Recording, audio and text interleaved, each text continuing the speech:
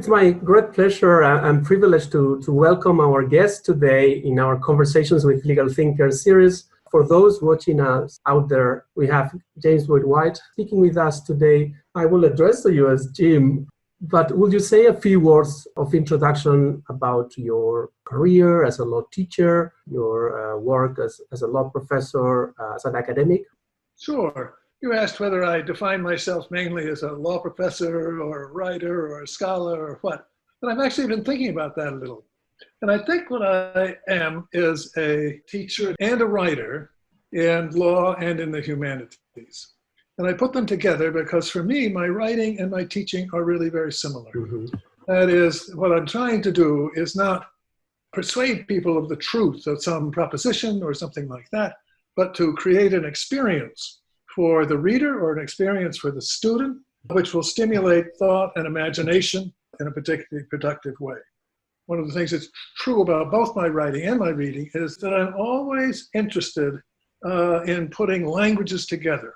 So this is one way of saying it, that's another way of saying it. This is one way of doing it, here's another way of doing it. And so I'm never just inhabiting one single way of thinking about law or something else. That makes sense? Indeed. I wanted, in fact, to continue in that tone about the role of theory or of jurisprudence. You have never really written under the banner of theory or jurisprudence, yet my class is titled Jurisprudence and Critical Perspectives on Law. I do think, though, that your work has profound or deep theoretical implications. And I wanted to inquire a bit about your reluctance to use the term theory. Why is that? And why would you choose, or what other terms will you choose instead? Well, one part of it is that my early experience of jurisprudence, for example, was a monoglot. It was the kind of philosophy that was done at Oxford and Harvard in those days, analytic philosophy. And that was the supreme language. And that's every question was to be stated in that way, and every answer was to be stated in that way. What we were talking about was this beautiful, wonderful string quartet called law. They're talking about it in these very reductive ways. And I think I have a kind of allergy to be committing to a single language, as I say. And I think very often people do that very cheerfully. I mean, the sociologist says, what I'm going to do with law is tell you how it works sociologically in the world. You say, yeah, but that does nothing to tell me about what happens in the law court or in the lawyer's mind, or what happens in this whole activity that I'm interested in. And the same thing would be true with a psychologist or an economist or something like that. They have their own dominant language, which they want to use to really obliterate what happens in law. And that doesn't mean, of course, there are a lot of people who are doing theoretical and especially critical work who don't present this problem. But this is sort of the history of my relationship with disquiet or something like that. Yeah, in fact, my students have read your very short essay called Law as an Intellectual Activity. I talked to law and entering law students. And I wanted to ask you, if you had the chance now to address the new entry law class, what would you emphasize for them today? I would emphasize the same thing as I always have.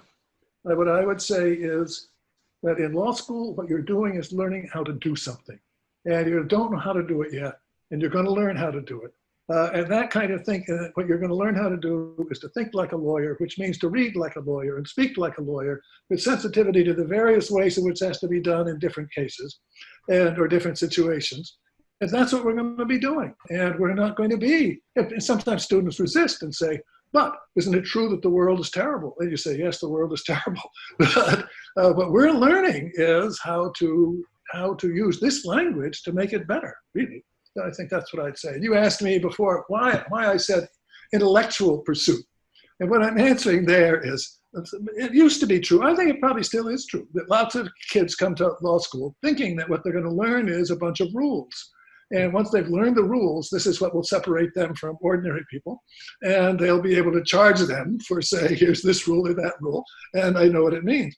And that is an intellectual enterprise is worthless. That is what you think law school is. You're in for a big surprise. And so I'm trying to reduce the surprise by saying, actually, you're going to be challenged intellectually and imaginatively, maybe like you've never been before. I wanted to go a little bit back in time and talk about The Legal Imagination, your 1973 beautiful book, which jump-started the law and literature or the law and humanities movement. And I wanted to ask you whether you were at all surprised by the afterlife that the book has had. Yeah, I was very surprised when the publisher said he wanted to publish a year edition of it. And I thought that was really quite an honor and so forth. And it's puzzling in another way, which is not obvious. The history of the book is that I was a student of literature, classical and English literature, and I loved it. And then I went to law school, and I loved doing law. And while I was in law school, I taught as a teacher in a humanities course at Harvard College.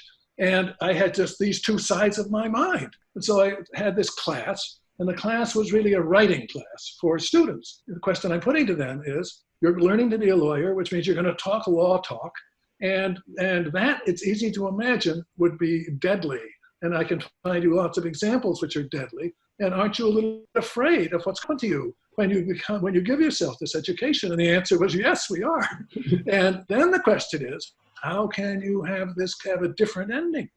How can you write your way out of this kind of dead language in such a way and make law come alive? And in order to do that, you have to think about what other things are alive and good. And so that's where the literature comes in.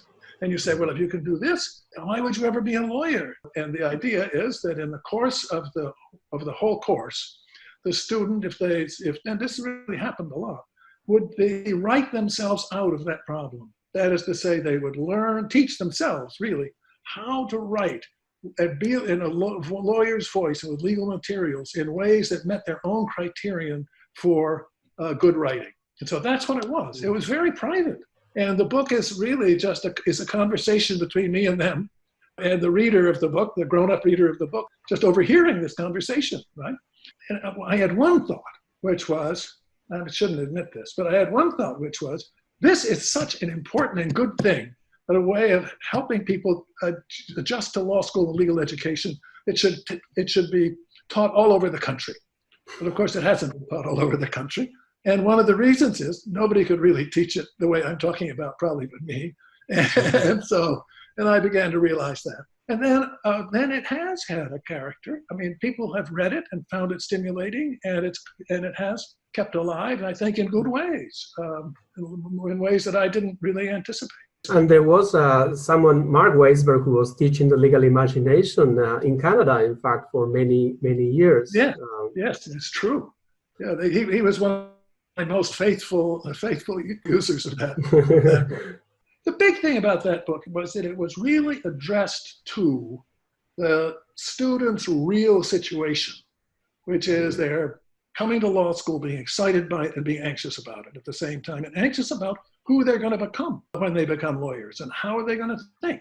And so this gave them an opportunity for thinking constructively about that in the context of, William Shakespeare and Robert Frost and things like that. Mm-hmm. Another landmark in your career, which came a bit later, was the publication of your book, When Words Lose Their Meaning. And there you developed what I would call a way of reading or a methodology of reading, which is at once ethical and political. Yes. And I wanted to ask you generally about the impetus behind those ideas, or what was the motivation behind the book? What were you trying to accomplish with that book? Well, when I finished The Legal Imagination, I said to myself, I'm never going to write another word. This has my entire education in it. That's nothing left to be said. But then I began thinking in terms of arguments and how they work in different contexts and the like. And I taught a course called Studies in Argument, in which we read some of these materials. And then I began to realize very slowly the different things that we read in that book could be put together and in a way that was mutually informative. What I discovered ultimately was that they did embody, all of them, a way of reading, and a way of reading which could be characterized by two main things. And one of them is that every one of them was written in a particular language, of course. But one question is, that raises the question, how are they going to respond to the inherited language they're using? Are they just going to use it in some stereotyped way? Or is it unsatisfactory in some way? Are they going to try and transform it? And how are they going to transform it? And every single one of them, of course, did transform the language and the sets of expectations that went with it. And so, including the legal ones, as I said, this is really this is a topic for legal discourse, just as it is for every other discourse. And the other side of it was that every text really makes or offers to make a kind of community with its reader. That is, they treat their reader insultingly, they treat them with respect, they treat them kindly, they inform them what they ought to know, all these different ways. And this means these can be bad or good, but they are all, in that sense, political and ethical creations, all of them. And that's built in my conversation with you right now, has an ethical element. Who are you and how am I treating you? How am I? Who are you treating me? And so we're creating a relationship. And that's true all along. So if you say something like the Iliad was entirely composed in a language that was designed to celebrate a particular heroic culture. And he used this language in a poem in such a way as to be critical of that culture. Say, wow, how does he do that? And then you look at Plato, you see the same thing's true. He has an inherited language of value and stuff like that from 5th century Greece, which is such a wonderful place. And for him, that's really not good. And he can't quite see why it's not good. And he invents really a social and intellectual form of dialogue in which the qualities and characteristics of their culture can be examined critically in the light of something that they're creating between them, which is approved and is thought to be good. And that would be true really of each one of the things that we read, Thucydides and Swift and Johnson, Jane Austen's novel, Edmund Burke's history, and then we close with the Declaration of Independence, the Constitution, and the case of McCulloch against Maryland. And what I want to say is that what we're doing, what the people in all those cases are doing is of the same type or kind as all the other people we've been reading. And if you want to know how to do it well, create a Declaration of Independence well, you should be reading the Iliad and Plato and Thucydides and those people too. And that'll teach you how to do it well. So that was my idea about that. I should confess that still my favorite book of yours is Justice as Translation, which for me transformed the way in which I understood judicial opinions and the act of judgment. But I wanted to ask you about the term translation and how is that you turn to the idea of translation to talk about the work of judges? This is really a gift from a beloved friend of mine named Pete Becker, who died some years ago, but who was an anthropologist and linguist. When I came to Michigan, in fact, one of the reasons I came to Michigan once I met him was to want to work with him. And we did. We were part of a group that met frequently and stuff, and I learned a lot from him. And he was deeply embedded in translation. I was deeply embedded in language, and I learned from him, and I think he learned a little bit from me.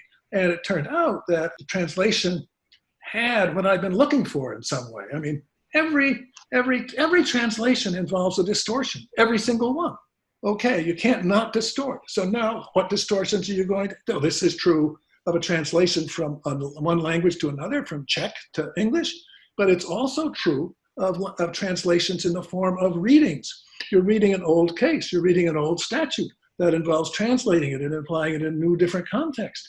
And you're free to do that, but you've got to do it in a good way. And this is a little bit like the question I put to the students in the legal imagination, which is, how do you do this well? And by well, I mean not just well successfully and you win your cases. What I mean is ethically well. Do it in a way that makes you feel good for being the kind of person who can do this.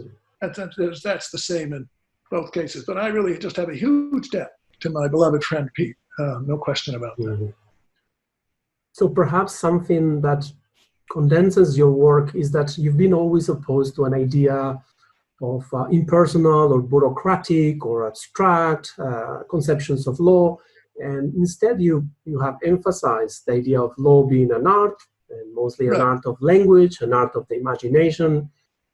And why do you think it's important to stress this creative aspects or this creative dimension of law? The danger is that people, both inside the law, but especially outside of the law, if they don't have any idea about this, are likely to think that the law is simply a set of rules or a set of results. And then they say, I don't like these results. These are bad results. So we should get rid of them. But that's not a very, and then someone else says, I like these results. These are good. We shouldn't get rid of them. Then they look each other in the eye and spit on the floor and have arm wrestling or something.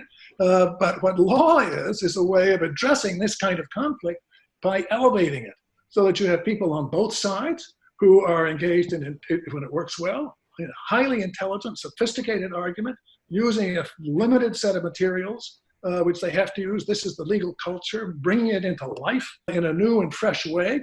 That is what it is. It's an art.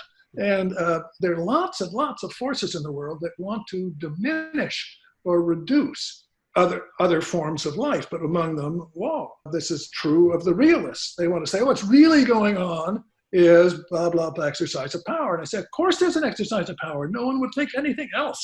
But that's not what's really going on. What's really going on is these people where power is in question are functioning in this elegant, thoughtful, and ethically good way. And not only good way, a way in which justice is always the topic, stated or unstated. So that if you're an American lawyer and you're arguing to a judge, and he says, but that outcome is not just, you can't say in response to that, you're quite right, Your Honor, it's not just, but I should win anyway. You can't do it. But you have to say, no, Your Honor, no, it's just not unjust, it's just, and here's why. And you've got to explain it. Justice is an inherent, central part of the law as it's practiced at its best anyway, and when it's practiced well. It's always there. And one of the reasons I don't like debunking things is that people may believe the debunking, including lawyers believe the debunking. And no, we should be actualizing, making real the possibilities we have in what we've inherited.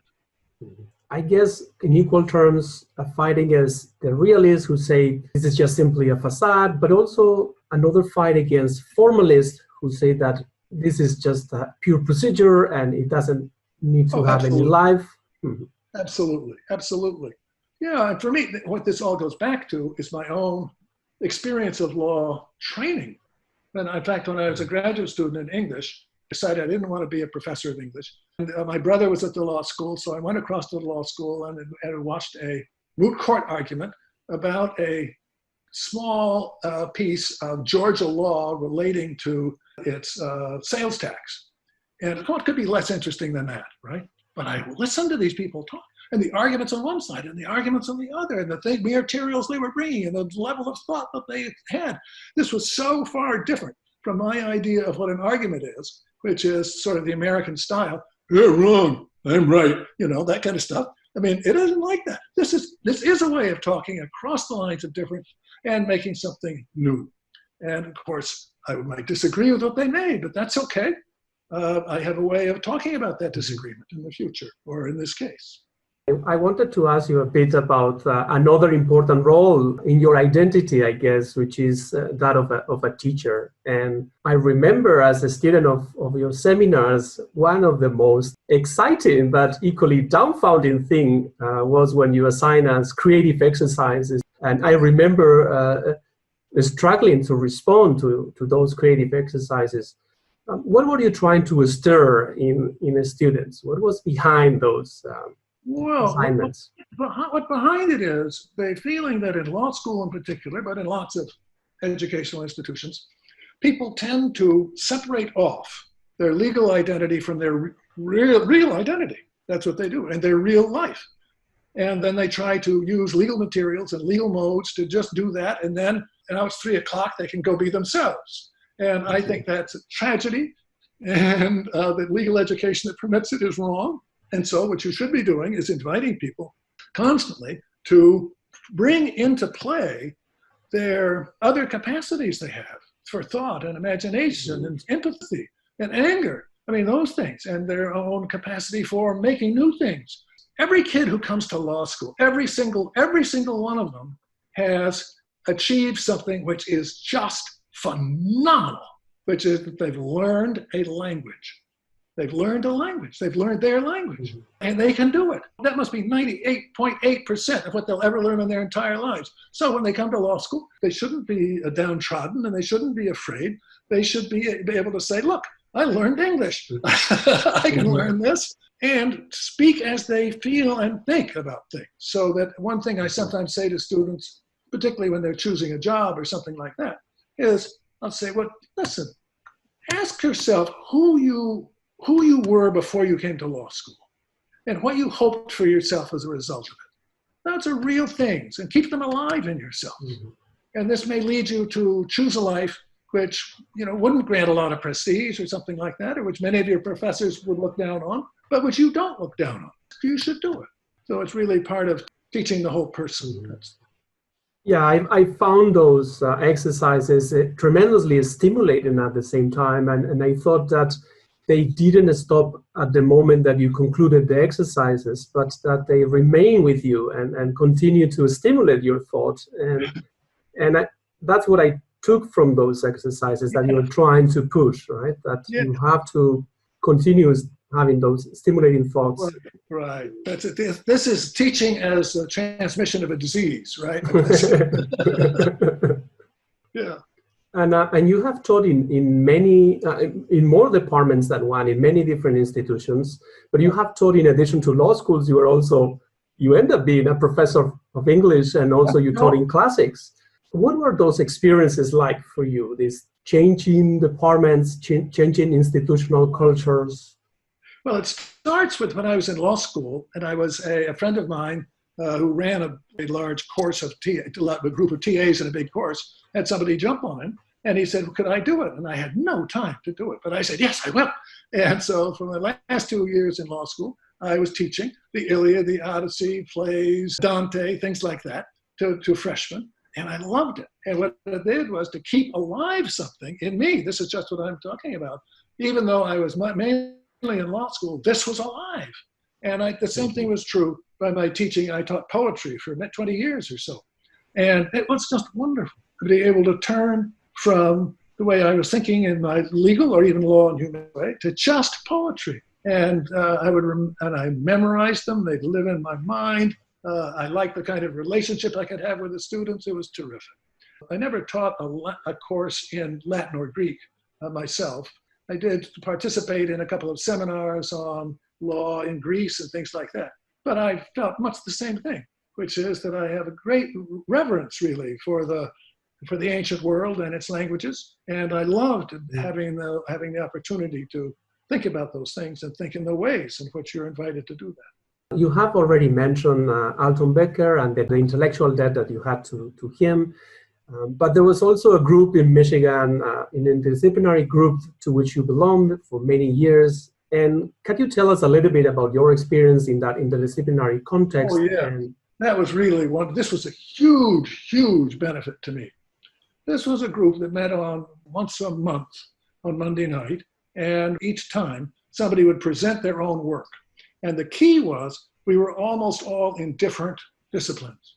We had a poet, we had an art historian, we had a couple of anthropologists, we had a classicist, an historian, we had a neurologist who had studied the brain. And it turns out these people were almost all of them very distinguished. I didn't know that. I mean, I just picked good people. And then after 20 years, you say, these are wonderful people. And the way I thought about this was I admired all these people a lot. And I felt we had a way of talking together which was trustworthy and real. And so I would write something and I'd give it to them, and they'd be critical of it.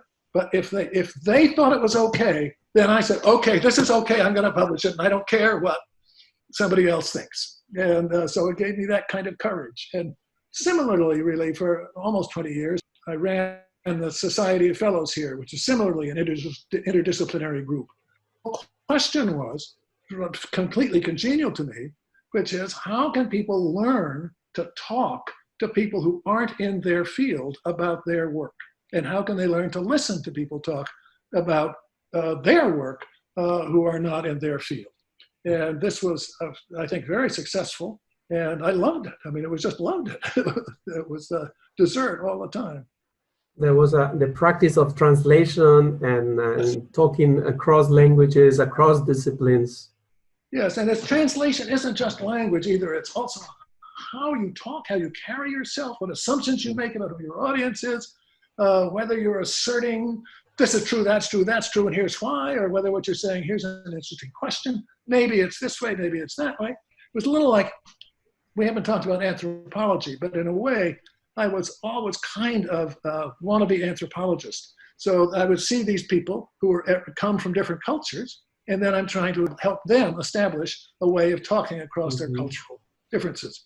And in a way, culture may be a better word than language for most people, because language can just be like English or something. But this is they inhabited cultures in which they wanted to get ahead. And in order to get ahead, they had to do this and that. And now, somehow, that's no longer automatic. They have to think about what they're doing in a different way. So the idea perhaps of languages and cultures as what Wittgenstein calls forms of life, entire forms of life, and ways of thinking, of arguing, of imagining the world, relationships. Yes, that's right. Wittgenstein, I have read the philosophic investigations, but the only part I've really made part of my soul was the very beginning, which I loved. I mean, I just loved. And I said, I don't know, I don't think I have to read the rest of this. It's such a gift already. We are coming to the end of our conversation today, but I wanted to talk to you or to ask you about your latest book, which I have here, Keep Law Alive. And among other things, it's perhaps a more pessimistic, perhaps a less hopeful book. It's an indictment, I guess, of current political climate and environment, mostly in the US, but recognizable in other places as well. Are you a bit worried or concerned about the future of law as you have described, as you have practiced it? Oh, yes. I mean, desperately anxious about this. Because what the book does is, as you know, is it tries to capture a sense of what was really good about American law as I learned it. I mean, not that it's always like that, but it could be really good about it. It's wonderful what its aspirations could be. And then it presents the question, what happens now if we lose it? And when I wrote this, which was over 2 years ago, over a year and a half ago or so, I thought things were very bleak. But I think they're much bleaker now. And I think we're really very likely on the edge of a complete collapse of our country. That's sorry to end on that note. That's what I think. I wanted to avoid ending on that pessimistic note, but if you want to say a few words to our students. Yeah. One of the questions that I address in this book is, how do we live if we don't have the props that we used to have to live? And my example of that is the 5th century St. Augustine, who lived in worse times than we did. The Roman Empire was falling all around him. The Vandals were besieging and he found a way to live, which was based on his religion. But it doesn't have to be a religion. He found a way to live. And part of it was his own self-confidence in his experience, and his own confidence in what he could do with others, and his own willingness to accept his limitations. And with those things, I think it is possible for people to live under very bad terms, and I'm trying to teach myself how to do it. So I'm going to just say that I really appreciate you having talked with us and with our students and for the time. And again, I'm looking forward to meeting in person again in post-COVID circumstances. Yes, me too. I'm very glad to have done it. It's really fun to do it. It's wonderful to see you again. And I think we have to have another one of these terrific dinners that we've had recently, that couple of years. It's very good wine, right? We'll do that as soon as we can.